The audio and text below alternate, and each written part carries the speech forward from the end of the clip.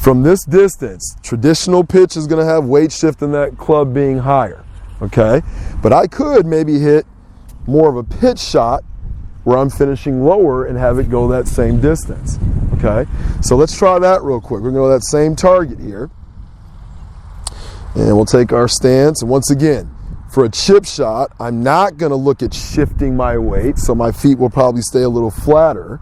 And I'm looking for my hands to still stay above that club and not release, okay? Not releasing the wrist as much. So from here, and once again, I finished higher, but my hands and club are still very level and I didn't flip my hands up. So let's do that one more time here, okay?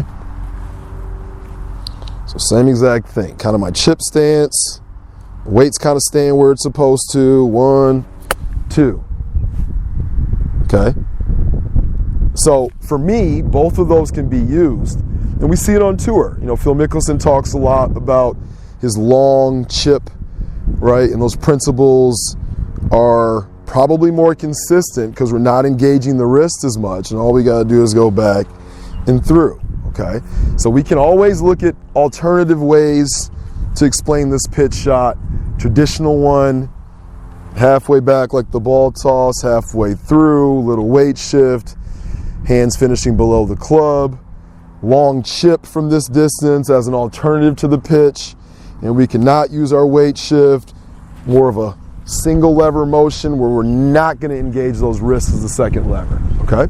So let's go ahead and hit one more here to this front flag.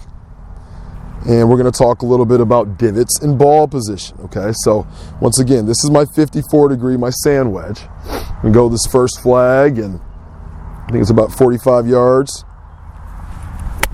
And then we hit that little shot in there. So once again, guys, club head finished above my hands. And you might have noticed something here. I always like to talk to you either way. I don't care what you're doing with your lower body. But this is a light-hearted, more of an arm swing than a heavy rotated core swing, okay? Not very repeatable if we're using those big muscles and we're really coiling up.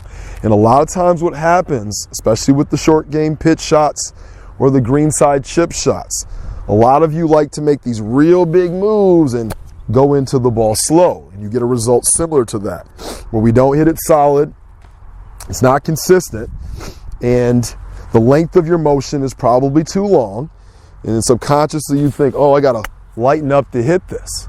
And as you do that, some shots are good, but they're not consistent, and it's not something that we can really rely on, okay? So we wanna make sure that we control the length. We're feeling like our arms are sort of in control of that swing more than our shoulders and our bigger muscles. Once again, it's a small stroke that doesn't require a lot of body there, okay? So, you know, thinking of those arms being loose, and once again, that example of the ball toss, going back and through, right? Or back and through with a little weight shift. It's a very light-hearted way to swing, all right? So we're gonna focus on that, feeling like our arms are more involved, and it's not a, you know, high anxiety shot, arms loose, right? And you know, sometimes I'll even sit here and hit just for contact and not worry about result, just focusing on loose to loose, right? And that little bit of weight shift and making sure that I'm releasing the club correctly, okay? Now you might see here, I'm not really taking a lot of grass on most of these shots. That was that poor example there.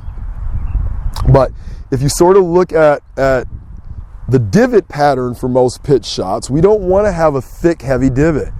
We want it to be very shallow, or almost even like we're barely touching the ground. And some of you, with your pitch shots, it's probably a ball position thing. You might be playing it too far back, right? And that might make you have to dig a little bit there, and you catch a little bit more grass than you want. And another reason why I sort of, you know, talk about ball position as a way to fight the digger, the person that really feels like they're steep and kind of goes into the ground and never gets the energy into the golf ball, okay?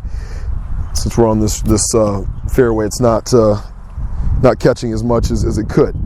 But, you know, with that being said, there's ways to fight heavy divots. And just because you have a heavy divot, it doesn't mean that you're necessarily steep.